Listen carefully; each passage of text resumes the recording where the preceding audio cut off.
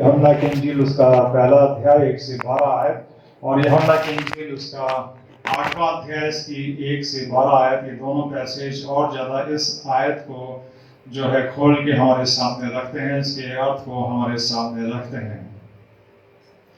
प्रभु यीशु मसीह कहते हैं, जगत की ज्योति मैं हूँ। मेरे प्रियो, परमेश्वर का वचन पवित्र बाइबल में स्पष्ट तरीके से इस बात को बताता है कि एक ये संसार है जिसको हम देखते हैं, एक ये संसार है जिसको हम अपनी शारीरिक आंखों से देखते हैं, पर इस शारीरिक संसार के अलावा, इस फिजिकल वर्ल्ड के अलावा एक संसार और है जो आत्मिक संसार है, जो दिखाई नहीं देता पर वास्तव में वो है। और उस आत्मिक संसार के दो भाग हैं, एक रोशनी का संसार है और एक अंधकार का संसार है।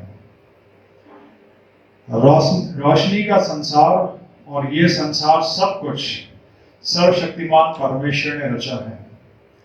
पवित्र बाइबल बताती है इस पूरी सृष्टि को रचने वाले परमेश्वर एक ही है। There is only one almighty God. एक सर्वशक्तिमान परमेश्वर है जिन्होंने पूरी सृष्टि की रचना करी, और वो परमेश्वर स्वयं रोशनी का स्रोत है।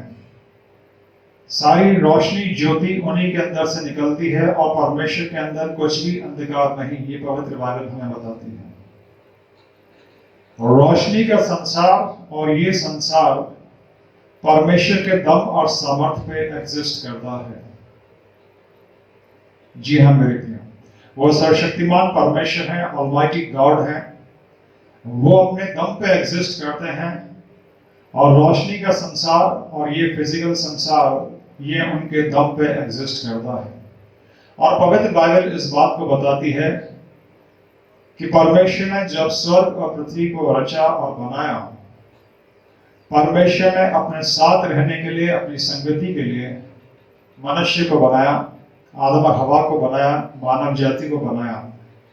मानव जाति को बनाने का जो परमेश्वर का मकसद था, जो उद्देश्य था, वो ये था कि इंसान परमेश्वर की संगति में रहे, फेलोशिप में रहे, परमेश्वर से बातचीत करे। पर पवित्र बाइबल बताती है कि एक दुष्ट आत्मा के बहकावे में, जिसे पवित्र बाइबल में शैतान कहा गया है, शैतान ने, जिसे स्वयं परमेश्वर ने बनाया था, और जब परमेश्वर ने उसे बनाया था, वे कोई बहुत खूबसूरत फरिश्ता था और उसके अंदर कोई भी दोष नहीं था, लेकिन उस एंजल के अंदर ये घमंड आ गया कि मैं अपना सिंहासन परमेश्वर से भी ऊपर ले जाऊं। तब परमेश्वर ने उसे और उसके साथ के सारे दूतों को निकाल दिया स्वर्ग से, और वो इस संसार के अंदर अंधकार को लेके आए। वो एंजल जो बाद में शैतान बन गया, और उसी शैतान ने आदम और हवा को, मानव जाति को बहकाया, पाप करवाया। और पवित्र बाइबल बताती है कि पाप करने से इंसान पापी हो गया और परमेश्वर की संगति से, परमेश्वर की प्रेजेंस से अलग हो गया। शैतान ने आदम हवा को बहकाया, उन्होंने पाप किया, और पाप जब परमेश्वर और इंसान के बीच में आ गया तो परमेश्वर और इंसान की जो संगति थी वो टूट गई पाप की वजह से।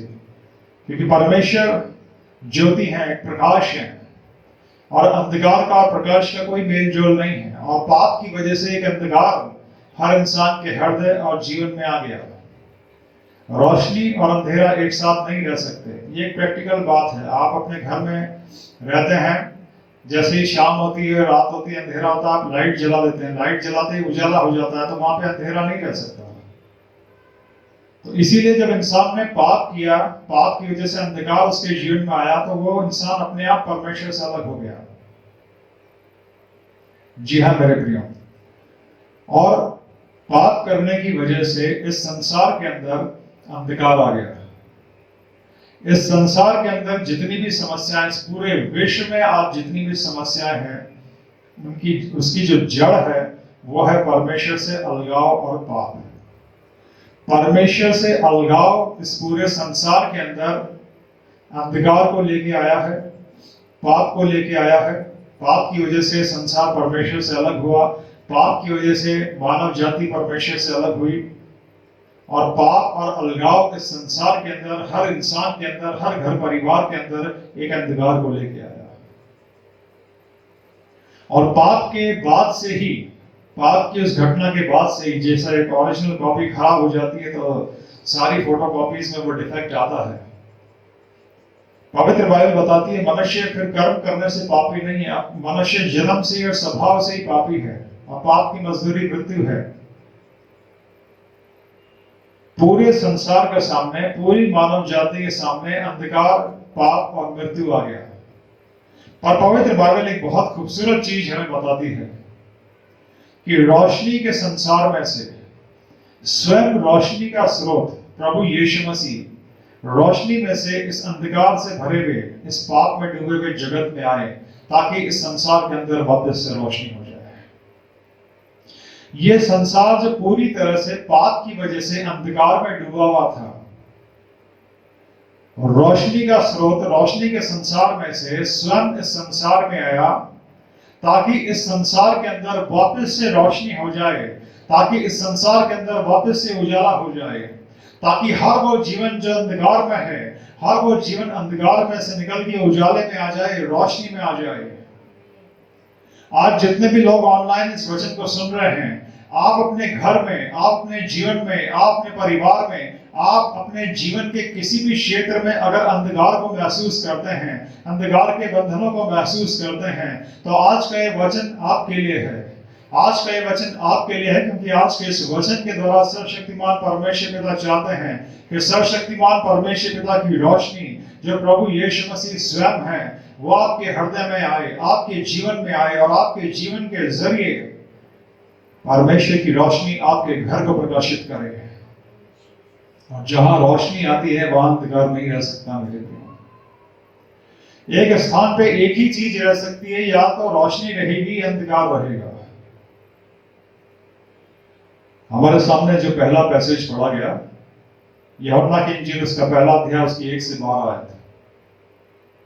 यहाँ पे लिखा है, प्रभु यीशु मसीह के बारे में बताया गया कि आदि में वचन था, वचन परमेश्वर था और वो ही मनुष्य की ज्योति था, और वो ज्योति संसार में आई और अंधकार में उसे ग्रहण नहीं किया।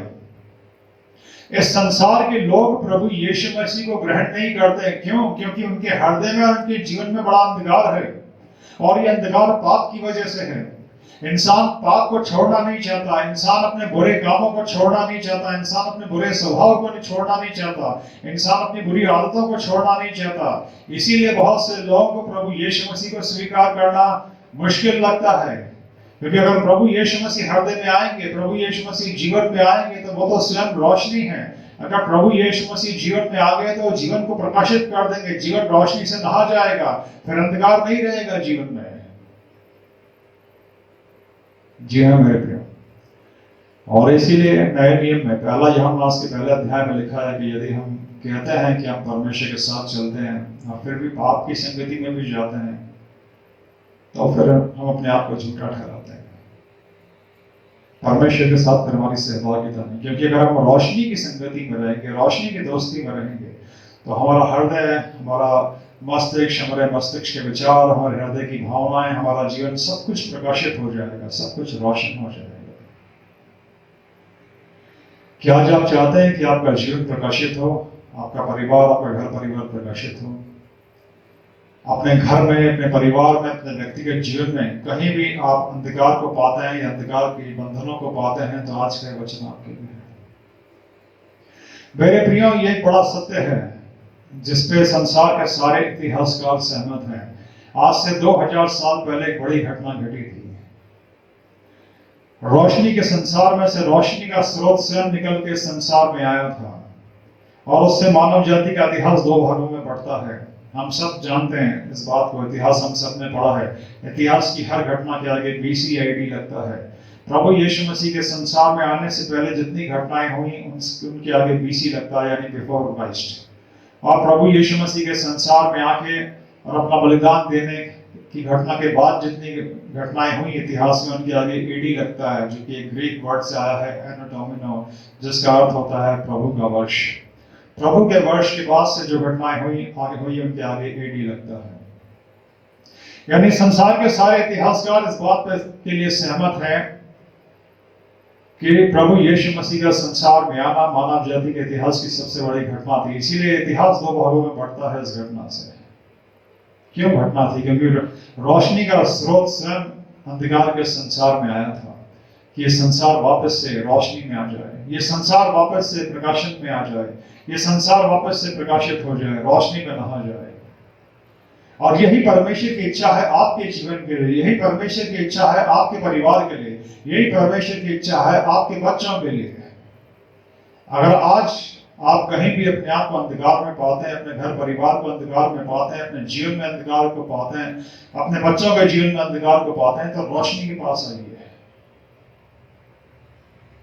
और बाइबल में हमने पढ़ा, अंधकार रोशनी को ग्रहण नहीं करता, अंधकार रोशनी को ग्रहण नहीं करता,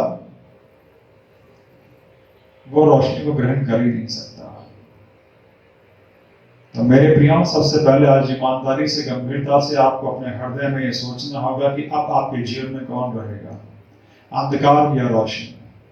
दोनों चीजें एक साथ नहीं रह सकती आपके हृदय और जीवन में।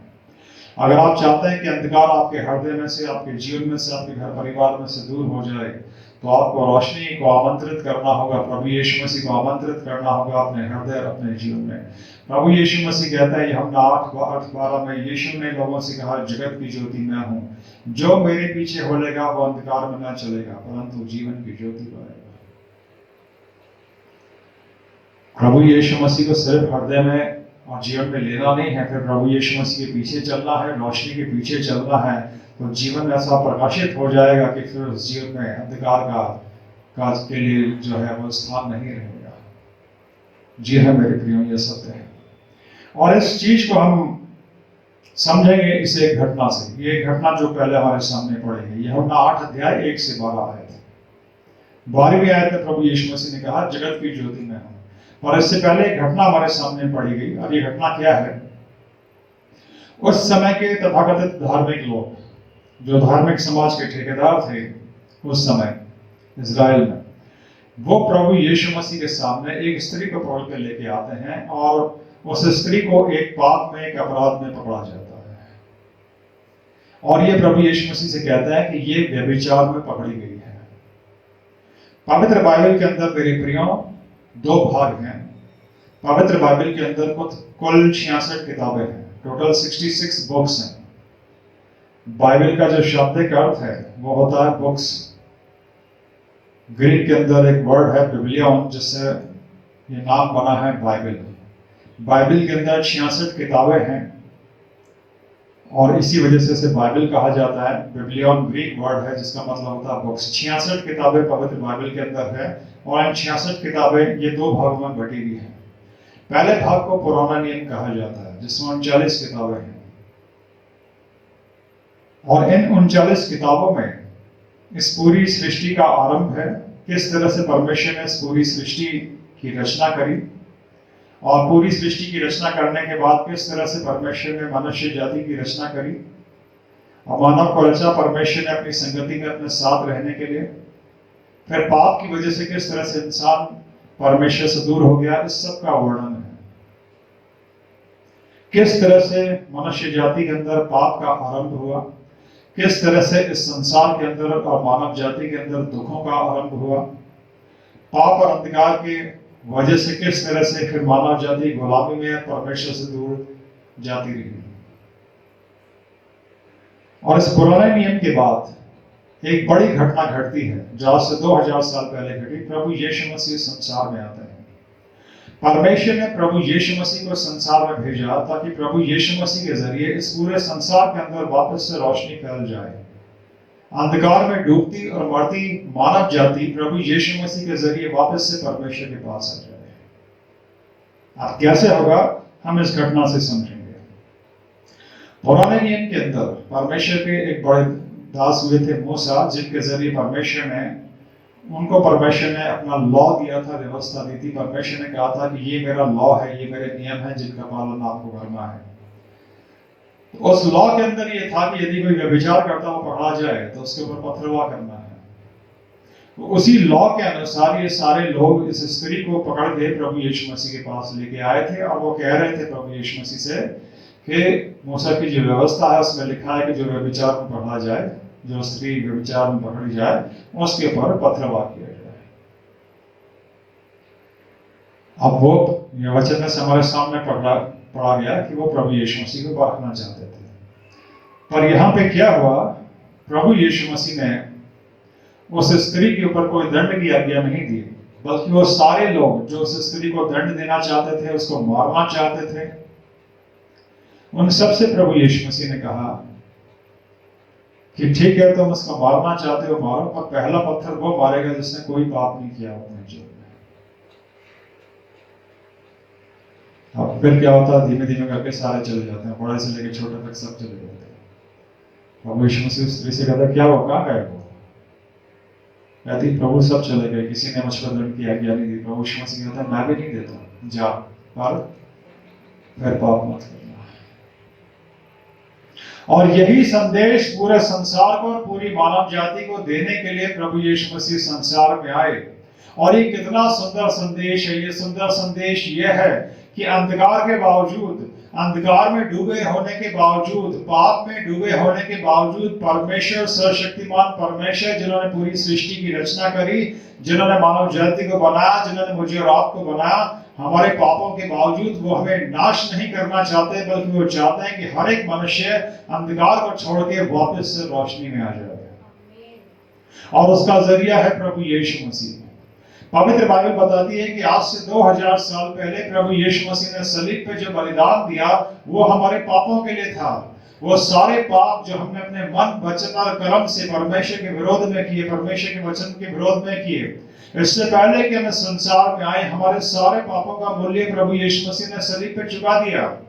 पवित्र बाइबल बताती है प्रभु यीशु मसीह सलीब पे मारे गए, गाड़े गए, पर तीसरे दिन वो वापस जी उठे मुर्दों में से और अपना काम पूरा करके वो स्वर्ग में चले गए। आज सर्वशक्तिमान परमेश्वर पिता के दाहिने हाथ बैठ के वो मेरे और आपके लिए प्रार्थना करते हैं। क्या प्रार्थना करते हैं? कि हम अंधकार में से निकल के रोशनी में आ जाए। क्या उनकी प्रार्थना हमारे लिए सफल हुई है, या अभी तक हम अंधकार के वश में हैं? आज एक बार फिर से मनन करने का अवसर परमेश्वर ने अपनी बड़ी दया, प्रेम, अनुग्रह से मुझे और आपको दिया है। आज से 2000 साल पहले रोशनी के संसार में से रोशनी का स्रोत स्वयं निकल के अंधकार के इस संसार में आया, इसलिए नहीं कि अंधकार की वजह से इस संसार का नाश कर दे, इसलिए नहीं, रोशनी इस संसार में इसलिए नहीं आई, रोशनी का स्रोत प्रभु यीशु मसीह संसार में इसलिए नहीं आए कि संसार के ऊपर यह मानव जाति के ऊपर दंड की घोषणा करे, बल्कि इसलिए कि हर इंसान अपने पापों से पश्चाताप करके प्रभु यीशु मसीह के पास आए। और ये वो सुसमाचार है, ये वो गुड न्यूज है जो प्रभु यीशु मसीह के बलिदान के बाद से पिछले 2000 वर्षों से संसार में प्रचार की जा रही है। कई बार जब लोगों को, वो लोग जो परमेश्वर को नहीं जानते, जो लोग इस अच्छे सुसमाचार को, इस गुड न्यूज को नहीं जानते, जब उनको प्रभु यीशु मसीह के बारे में बताया जाता है या प्रभु यीशु मसीह का नाम भी वो लोग सुनते हैं, तो उनको ऐसा लगता है किसी धर्म का प्रचार हो रहा है या धर्म का प्रचार करने की कोशिश की जा रही है। नहीं मेरे प्रिय, प्रभु यीशु मसीह जब इस संसार में अपना बलिदान देकर चले गए तो उनके सिर्फ 12 शिष्य थे। आप जानते हैं वो 12 शिष्य कौन थे? गरीब मछली पकड़ने वाले। वो पढ़े लिखे भी नहीं थे, एजुकेटेड नहीं थे, पैसा भी नहीं था उनके पास। गरीब मछली पकड़ने वाले 12 लोग।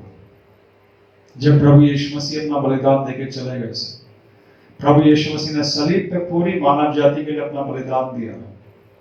फिर वो तीसरे दिन जीवित हुए, मृत्यु को उन्होंने हराया, अंधकार के साम्राज्य को हराया और वो स्वर्ग में चले गए, रोशनी में चले गए। और अपने 12 शिष्यों को यह आज्ञा देके गए कि जाओ इस पूरे संसार को बताओ कि परमेश्वर ने उनके लिए क्या काम किया। इस पूरे संसार को बताओ कि परमेश्वर चाहते हैं कि पूरा संसार, मानव जाति का हर एक मनुष्य अंधकार में से निकल के रोशनी में आ जाए। और इसलिए प्रभु यीशु मसीह के वो 12 गरीब मछली पकड़ने वाले रोशनी का सुसमाचार लेके अंधकार के साम्राज्य में निकल गए। और मेरे प्रिय, आज हम देखते हैं प्रभु यीशु मसीह के कितने अनुयायी हैं पूरे विश्व में। ये काम पैसे से नहीं होता मेरे प्रिय। कई लोग ये भी कहते हैं ये लोग धर्म प्रचार करने के लिए पैसा देते हैं। नहीं, हम सिर्फ एक इन्विटेशन देते हैं कि आप अंधेरे में से निकल के रोशनी में आ जाओ, क्योंकि हमारे हृदय में, हमारे जीवन में रोशनी आई है। हमने उद्धार पाया है, हमने प्रभु यीशु मसीह में शांति पाई है। आप भी प्रभु यीशु मसीह में शांति पा सकते हैं, क्योंकि पवित्र बाइबल कहती है पाप की मजदूरी मृत्यु है। पाप जीवन में अंधकार को लेके आता है, पाप जीवन में मृत्यु को लेके आता है। सिर्फ शारीरिक मृत्यु नहीं, इस शरीर के अंदर एक आत्मा है, स्पिरिट है, जो नरक की आग में चली जाएगी। ये जीवन तो एक दिन समाप्त हो जाएगा, लेकिन इस शारीरिक जीवन के बाद एक जीवन है जो अनंत काल का जीवन है। शरीर समाप्त हो जाएगा पर आत्मा स्वर्ग या नरक में जाएगी। और अब सबसे ध्यान से सुनिए मेरे प्रिय, जो सबसे अहम और जरूरी बात है, परमेश्वर प्रभु यीशु मसीह के बलिदान के बाद जितने भी लोगों को, लोग आमतौर पे सोचते हैं कि जो लोग नरक में जाएंगे वो अपने बुरे कामों की वजह से नरक में जाएंगे। जो लोग बुरे काम करते हैं, पाप करते हैं, वो लोग नरक में जाएंगे। आज ध्यान से सुनिए मेरे प्रिय, हो सकता है ये बात आपके लिए नहीं हो। लोग अपने पापों की वजह से नरक में नहीं जाएंगे, पापी तो सभी हैं। अगर पाप की वजह से लोगों को नरक में जाना होता तो सब नरक में चले जाते, पूरी मानव जाति नरक में चली जाती। ध्यान से सुनिए, लोग पाप की वजह से नरक में नहीं जाएंगे, क्योंकि पापी तो सब हैं, पूरी मानव जाति पापी है। अगर पाप की वजह से लोगों को नरक में जाना होता तो पूरी मानव जाति, सब लोग नरक की आग में चले जाते हैं। पर लोग नरक में इसलिए जाएंगे क्योंकि हर एक व्यक्ति के लिए, हर एक परिवार के लिए नरक की आग से बचने के लिए परमेश्वर ने एक इंतजाम किया। वो इंतजाम है प्रभु यीशु मसीह का। प्रभु यीशु मसीह ने हर एक व्यक्ति के पापों को अपने ऊपर ले लिया, और प्रभु यीशु मसीह ने हर एक की मौत को अपने ऊपर ले लिया। प्रभु यीशु मसीह मर गए हमारे पापों के लिए। फिर प्रभु यीशु मसीह ने कहा कि अब इन सबको माफ कर दो, क्योंकि इनके लिए मैं मर रहा हूं सलीब पे। तो जो प्रभु यीशु मसीह की मौत को, जो प्रभु यीशु मसीह के बलिदान को अपने जीवन में स्वीकार नहीं करते, वो पाप की वजह से नहीं, परमेश्वर की माफी को स्वीकार न करने की वजह से नरक की आग में जाएंगे। सुना आपने? अगर आपने अपने पापों से पश्चाताप करके प्रभु यीशु मसीह को अपना उद्धारकर्ता स्वीकार नहीं किया है, तो आप अपने पापों की वजह से नहीं, बल्कि प्रभु यीशु मसीह को, परमेश्वर की माफी को जो परमेश्वर आपको देना चाहते हैं, आपके सारे अंधकार के जीवन के बावजूद, आपके सारे अंधकार के कामों के बावजूद, वो सारे बुरे बुरे काम जो आपने अपने जीवन में किए, वो सारे बुरे बुरे बोल जो आपने अपने जीवन में किए, वो बुरी सोच जो आपकी है, उस सब के बावजूद परमेश्वर आपको नाश नहीं करना चाहते, परमेश्वर आपको माफ करना चाहते हैं प्रभु यीशु मसीह में। पर अगर आप परमेश्वर की माफी को रिजेक्ट करेंगे, प्रभु यीशु मसीह को रिजेक्ट करेंगे, तो आप नरक की आग में जाएंगे। क्योंकि रोशनी का स्रोत जो रोशनी के संसार में से निकल के आपके जीवन को रोशन करने के लिए आया, आपने रोशनी के स्रोत को ही अस्वीकार कर दिया, आपने प्रभु यीशु मसीह को अस्वीकार कर दिया, तो आप एक हमेशा हमेशा के अंधकार में चले जाएंगे। पवित्र बाइबल नरक के बारे में बताती है, वो आग और गंधक से जलने वाली एक झील है। वो एक ऐसा हमेशा हमेशा का भयानक दंड है जो कभी समाप्त नहीं होगा। और नरक की आग में प्रभु यीशु मसीह के बलिदान के बाद से जितने भी लोग जाएंगे, वो इसलिए जाएंगे क्योंकि उन्होंने परमेश्वर की माफी को रिजेक्ट किया, अस्वीकार किया। जो लोग प्रभु यीशु मसीह का संदेश लेके आपके पास आते हैं, वो किसी धर्म का प्रचार करने के लिए नहीं आते, वो आपकी आत्मा को नरक की आग में से बचाने के लिए आते हैं। और हमारे देश में कई नासमझ लोग हैं, जैसे कोरोना वायरस का आउटब्रेक के बाद भी आपने सुना होगा ना, वो डॉक्टर्स और नर्सेस जो लोगों की मदद करने के लिए, उनका टेस्ट करने के लिए लोगों के पास जा रहे थे, लोग पत्थर मार मार के उनको भगा रहे थे। ऐसे ही कई नासमझ लोग हमारे देश में हैं। फिर सरकार को ये नियम बनाना पड़ा कि डॉक्टर्स या नर्सेस के ऊपर जो हमला करेगा उसे सजा हो जाएगी, तभी हमले होंगे। तो जो लोग प्रभु यीशु मसीह का संदेश लेके, प्रभु यीशु मसीह के बलिदान की कथा लेके आपके पास आते हैं ना, वो आपकी आत्मा को बचाने के लिए आते हैं। पर हैं हमारे देश में कई ऐसे नासमझ लोग जो उन्हें बचाने आ रहे हैं, जो उनकी आत्मा को बचाने आ रहे हैं, जो उनके अनंत जीवन को बचाने आते हैं, उन्हीं से द्वेष रखते हैं, उन्हीं को मारने और घायल करने की कोशिश करते हैं। तो आप सिर्फ शरीर को घायल कर सकते हैं, आत्मा को नहीं। आत्मा अनंत है, आप सिर्फ शरीर को मार सकते हैं, आत्मा को नहीं। आत्मा कभी नहीं मरती, वो सिर्फ नरक की आग में मरेगी। आपके शरीर के अंदर एक आत्मा है, और उस आत्मा को नरक की आग से बचाने के लिए परमेश्वर ने प्रभु यीशु मसीह को संसार में भेजा है। आज आपके हृदय में से, आपके जीवन में से, आपके घर परिवार में से हर अंधकार दूर हो सकता है अगर आप प्रभु यीशु मसीह को अपने हृदय में, अपने जीवन में स्वीकार करेंगे। तो परमेश्वर आपको नरक की आग में आपके बुरे कामों की वजह से नहीं डालेंगे। परमेश्वर आपको नरक की आग में इसलिए डालेंगे कि परमेश्वर की माफी को आपने रिजेक्ट किया, परमेश्वर की माफी से आपने द्वेष रखा, और रोशनी से आपने द्वेष रखा, जो स्वयं रोशनी का स्रोत है, जो प्रभु यीशु मसीह है। प्रभु यीशु मसीह कहते हैं, जगत की ज्योति मैं हूं। उद्धार सिर्फ प्रभु यीशु मसीह से है। क्यों सिर्फ प्रभु यीशु मसीह से? क्योंकि सिर्फ प्रभु यीशु मसीह ने ही हमारे पापों के लिए सलीब पर अपना बलिदान दिया। ये कोई धर्म नहीं है मेरे प्रियो, यह उद्धार पाए हुए लोगों का एक समूह है, जो बाकी के संसार को इसलिए बुलाता है कि आप भी उद्धार पालो। मसीहत, मसीही विश्वास उद्धार पाए हुए लोगों का एक समूह है, जो बाकी के अंधकार में डूबे हुए संसार को प्रचार करता है कि आप भी अंधकार में से निकल के रोशनी में आ जाओ, आपका जीवन, आपका हृदय भी प्रकाशित हो जाए। हम ये इन्विटेशन दे रहे हैं आज भी आपको, जबकि आज भी अनुग्रह का द्वार खोला हुआ है। पवित्र बाइबल को पढ़ने वाले जानते हैं अलग अलग समय और कालों के बारे में। आज जो समय चल रहा है वो अनुग्रह का समय है। भले ही कोरोना वायरस का आउटब्रेक के बाद इस पूरे विश्व में और देश में परिस्थितियां विषम हो गई हैं, पर पवित्र बाइबल को पढ़ने वाले जानते हैं कि आज भी अनुग्रह का समय बाकी है। आज भी अनुग्रह है। परमेश्वर ने बड़े ग्रेस से, अनुग्रह से लोगों को मौका दे रहे हैं कि आप अंधकार में से निकल के रोशनी में आ जाओ। पर एक दिन ये अनुग्रह का समय समाप्त हो जाएगा, ये अनुग्रह का द्वार बंद हो जाएगा। और जिस दिन ये अनुग्रह का द्वार बंद हो गया, आगे महाक्लेश का समय शुरू होगा। अब आप सोचिए, अगर आज अनुग्रह का समय चल रहा और ये हालात है, तो महाक्लेश के समय में क्या होगा? क्या आप जाना चाहेंगे उस महाक्लेश के समय में? पवित्र बाइबल बताती है 7 वर्षों का एक समय, 7 वर्षों का एक काल इस पूरी पृथ्वी पे आने वाला है, जिसे पवित्र बाइबल में महाक्लेश का समय कहा गया है। पर इससे पहले कि महाक्लेश का समय आएगा, प्रभु यीशु मसीह सब ज्योति की संतानों को, रोशनी की संतानों को, उन सब लोगों को जिन्होंने अपने पापों से पश्चाताप करके प्रभु यीशु मसीह को अपना उद्धारकर्ता स्वीकार किया है, उन्हें इस संसार से उठा लेंगे। उस घटना को रैप्चर कहते हैं, जो अब होने ही वाली है। अगर आपने प्रभु यीशु मसीह को अपना उद्धारकर्ता स्वीकार नहीं किया, तो एक दिन वो समय आएगा कि आप एक ब्रेकिंग न्यूज सुनेंगे कि संसार में से करोड़ों लोग गायब हो गए। आज मैं आपको बता दूं, अगर आप प्रभु यीशु मसीह को अपना उद्धारकर्ता स्वीकार नहीं करते हैं, तो करोड़ों लोग कैसे गायब होंगे? प्रभु यीशु मसीह उनको उठा लेंगे, इस संसार में से स्वर्ग में ले लेंगे। और जिस दिन आप ये समाचार सुने, आप समझ जाइएगा कि तब से लेके 7 सालों तक इस पूरे संसार के ऊपर महाक्लेश का समय आएगा। महाक्लेश होगा संसार में, और उसके बाद एक बड़ा युद्ध होगा। प्रभु यीशु मसीह इस संसार के सारे पापी और गुनहगार लोगों को दंड देंगे, और संसार के सारे पापी और गुनहगार नरक की आग में डाले जाएंगे। पर आज समय है नरक की आग से बचने का। आज समय है अंधकार में से निकल के वापस रोशनी में आने का। आज से 2000 साल पहले प्रभु यीशु मसीह आए, परमेश्वर का मेमना बन के उन्होंने पूरी मानव जाति के लिए सलीब पे अपना बलिदान दिया। और दोबारा जब प्रभु यीशु मसीह आएंगे तो न्याय करने के लिए आएंगे। आपके ऊपर है, आप किस प्रभु यीशु मसीह का सामना करना चाहते हैं? माफ करने वाले प्रभु यीशु मसीह का, या न्याय करने वाले प्रभु यीशु मसीह का?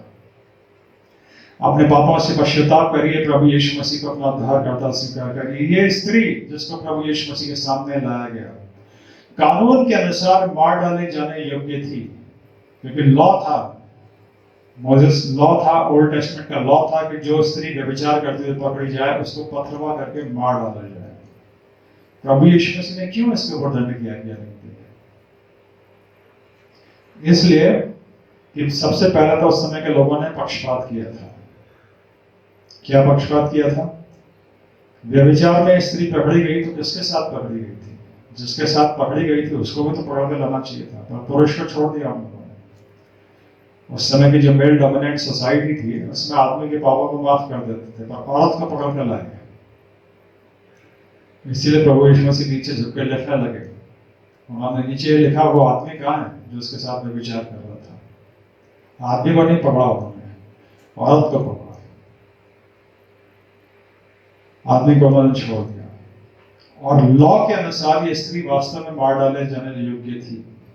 पर प्रभु यीशु मसीह यही संदेश लेकर संसार में आए कि लॉ के अनुसार जो लोग मार डाले जाने योग्य हैं, उनको भी परमेश्वर बचाना चाहते हैं अपने बड़े प्रेम से। तो फिर उस क्राइम का क्या होगा भैया, जो उन्होंने किया, उस क्राइम की सजा प्रभु यीशु मसीह ने ले ली अपने ऊपर। इस स्त्री ने जो पाप किया था व्यभिचार का, उसकी सजा को प्रभु यीशु मसीह खुद लेने आए थे सलीब के ऊपर। और लॉ ये कहता है कि एक क्राइम की सजा दो जने को नहीं होती। तो जब प्रभु यीशु मसीह ने हम सब के पापों की सजा अपने ऊपर ले ली, तो हमें उन पापों की वजह से अब मरने की जरूरत नहीं।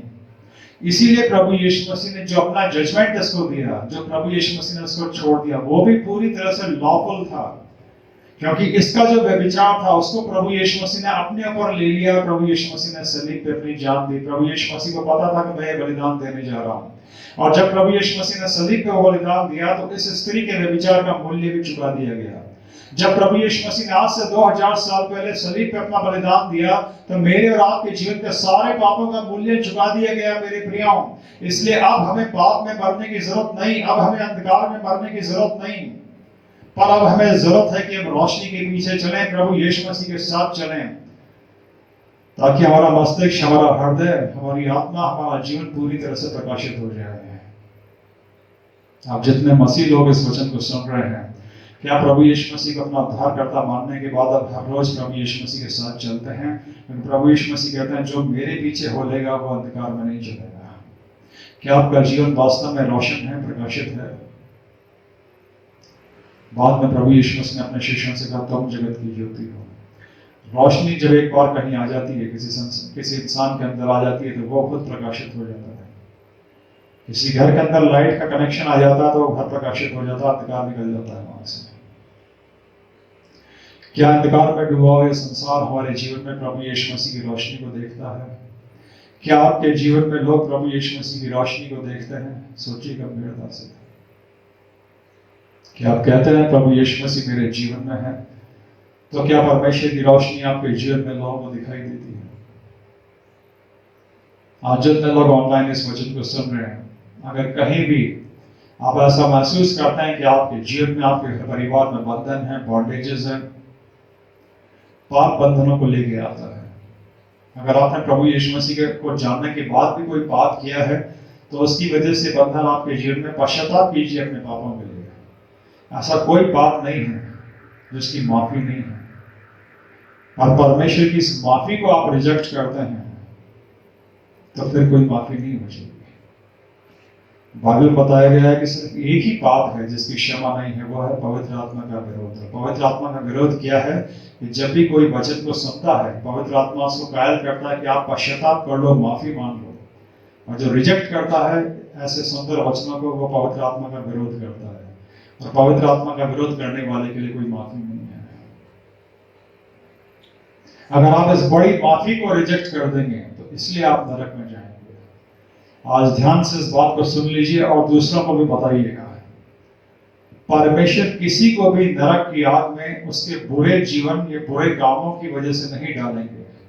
नरक की आग में वो लोग जाएंगे जो परमेश्वर की माफी को रिजेक्ट करेंगे, क्योंकि परमेश्वर ने सारे बुरे कामों की कीमत खुद चुकाई सलीब के ऊपर। प्रभु यीशु मसीह खुद मर गए हमारे सारे पापों के लिए, ताकि मैं और आप रोशनी में आ जाएं, मैं और आप हमेशा हमेशा के लिए रोशनी में एक जीवन जिएं, मैं और आप हमेशा हमेशा के लिए स्वर्ग में चले जाएं।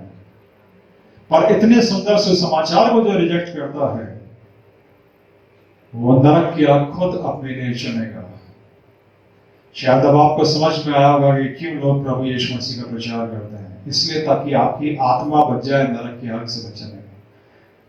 आपकी आत्मा को नरक की आग से बचाने के लिए प्रभु यीशु मसीह के शिष्य इस सुंदर संदेश को लेकर आपके पास आते हैं, और वो आते रहेंगे जब तक कि अनुग्रह का द्वार बंद नहीं होगा। आप उनके शरीर को घायल कर सकते हैं, आत्मा को नहीं मार सकते हैं। प्रभु यीशु मसीह स्वयं कह के गए, उनसे मत डरना जो शरीर को मार सकते हैं, सिर्फ उसी से डरना जो आत्मा को नरक की आग में नाश कर सकता है। उससे डरिए जो आत्मा को नरक की आग में डाल सकता है, और वो परमेश्वर है। और वो आत्माओं को नरक की आग में पाप की वजह से नहीं डालेंगे। प्रभु यीशु मसीह को, माफी के स्रोत को, रोशनी के स्रोत को जो रिजेक्ट करेगा, वो स्वयं अपने लिए नरक को चुनेगा।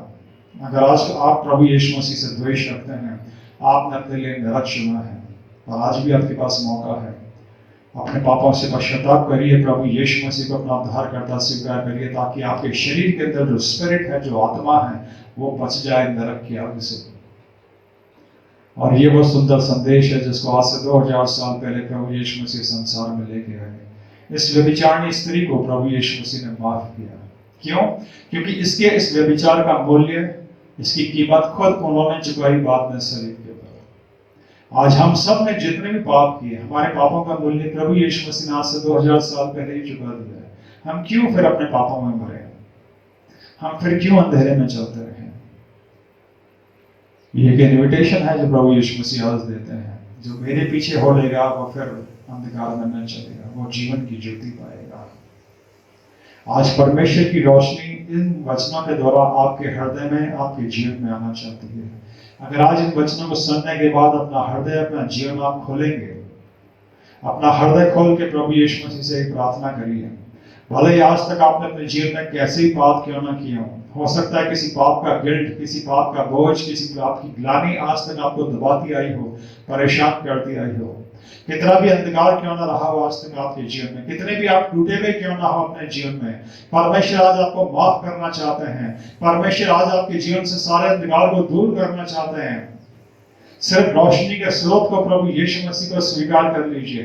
अपने पापों से पश्चाताप करके प्रभु यीशु मसीह को अपना उद्धारकर्ता स्वीकार कर लीजिए। सिर्फ एक मन की सच्ची प्रार्थना से उद्धार पाने के लिए, अनंत जीवन पाने के लिए, मोक्ष पाने के लिए, साल्वेशन पाने के लिए आपको 1 रुपया भी नहीं देना, 1 पैसा भी नहीं देना, कहीं किसी पवित्र स्थान की यात्रा नहीं करनी, कोई मेहनत का काम नहीं करना। सिर्फ अपने पापों से पश्चाताप करके प्रभु यीशु मसीह को अपना उद्धारकर्ता स्वीकार करिए। बहुत आसान है, बहुत सरल है उद्धार पाना। सिर्फ अपने अंदर जाइए, अपने आप को देखिए कि मेरा जीवन कैसा है, और सच्चे मन से सिर्फ एक प्रार्थना करिए कि प्रभु यीशु मसीह, मैं एक पापी हूं, मेरे सारे पापों को आप माफ कर दीजिए। अपने मन, वचन, कर्म से जितने पाप मैंने आपके विरोध में किए हैं, प्रभु यीशु मसीह मेरे सारे पापों को आप माफ कर दीजिए। प्रभु यीशु मसीह, मैं इस बात पर विश्वास करता हूं कि मेरे पापों के लिए आपने सलीब पर अपनी जान दी।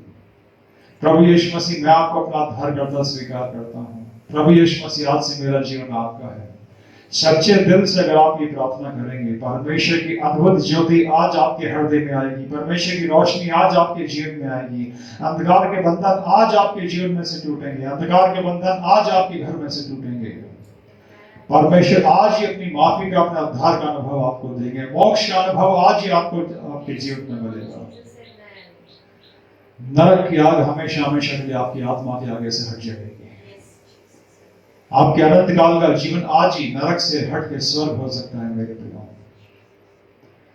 और प्रभु यीशु मसीह जिस हृदय, जिस जीवन में होता है, उसे मृत्यु का भय नहीं होता, क्योंकि उसे पता होता है कि मेरा शरीर जब भी समाप्त होगा, चाहे वो कैसे भी समाप्त हो। आज कोरोना वायरस से सब लोग डरे गए। अरे क्या करेगा कोरोना वायरस? ज्यादा से ज्यादा जीवन को समाप्त कर देगा ना। शरीर ही तो खत्म होगा, शरीर के अंदर की जो आत्मा थोड़ी खत्म हो जाएगी। अब आप कैसे मरते हैं इससे क्या फर्क पड़ता है?